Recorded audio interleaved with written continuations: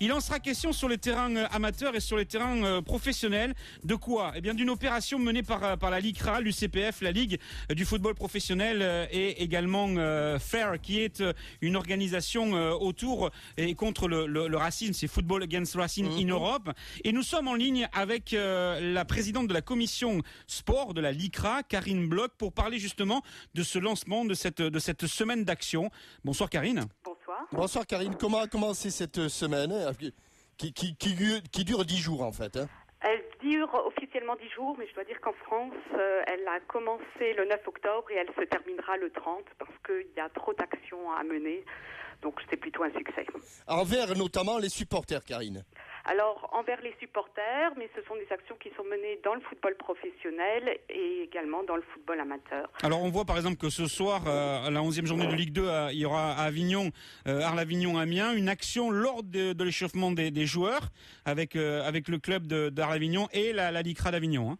Voilà, il y aura encore plus d'actions la semaine prochaine parce que là, il y a aussi aujourd'hui la journée de l'arbitrage, donc on essaye de faire de la place à tout le monde. Mais ce qui est intéressant, et je crois que c'est ça qu'il faut souligner, c'est que à Avignon aujourd'hui, il y a une action symbolique, mais le club a demandé de continuer l'action sur toute l'année. Il s'agit avant tout d'initier des choses qui pourront se réaliser sur le long terme. Oui, c'est-à-dire que les clubs qui adhéreront à ces valeurs-là pourront être également récompensés. On parle des clubs amateurs, bien sûr. Il y a des récompenses, il y a de l'appui logistique et puis je dirais de la valorisation des actions. Mais après, on essaye de soutenir les clubs amateurs sur le long terme comme les clubs professionnels au moyen d'actions de sensibilisation, notamment auprès des jeunes. Karine, le sport est un vecteur important pour lutter contre le racisme ? C'est évident qu'on compte beaucoup sur le sport, notamment dans des périodes difficiles comme celle-là, pour jouer un rôle de conciliation.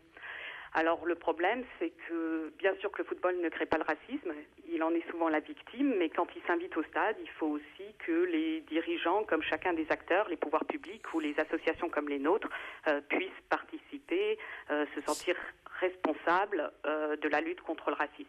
Comment aviez-vous accueilli par exemple les initiatives de Robin Leproy au Paris Saint-Germain ? Par nous, évidemment, nous les avons soutenus, nous les avions réclamés et nous avons trouvé qu'il était extrêmement courageux de mener un plan comme celui-là. Je crois qu'aujourd'hui, on peut se féliciter d'avoir un stade rempli, multicolore, avec une ambiance tout à fait festive. Ça veut dire que une fois que les décisions sont prises, il faut un suivi derrière, Karine, et c'est peut-être le plus compliqué. C'est le plus compliqué, c'est ce que nous disent toutes les institutions, les clubs, quand on signe une convention. Nous, on leur dit toujours... la volonté est là, mais... Voilà, et on leur dit, parce qu'on en a l'expérience, qu'il va falloir beaucoup de détermination par la suite et que ce n'est qu'un début. C'est vrai qu'il faut du courage pour lutter contre le racisme, mais le jeu en vaut la chandelle. Quand je vois des familles au PSG venir nombreuses, des femmes, des enfants, je crois que... c'est une véritable réussite. Il y a un gros travail qui a été fait effectivement dans le Parc des Princes et autour du Parc des Princes. Karine Bloch, vous êtes présidente de la commission sport de la LICRA. Vous parliez des journées de l'arbitrage, hein, football, handball, basket et rugby durant tout ce week-end. Avec des parrains prestigieux d'ailleurs. Avec des parrains prestigieux, notamment au niveau du football, par exemple Grégory Coupé pour ne citer que lui, ou Christophe Dominici, Yannick Souvray pour le basket et Olivier Giraud, allez, on les cite tous pour le handball. Ils ont fait un gros travail au niveau des jeunes. Vous, il y a également une sensibilisation au niveau du football amateur, c'est-à-dire par des clubs, mais aussi par les districts et par les ligues. Cette volonté-là et cette organisation autour de cette semaine contre le racisme, c'est nouveau ou ça commence à se mettre de plus en plus en place justement au plus près de la masse du football amateur?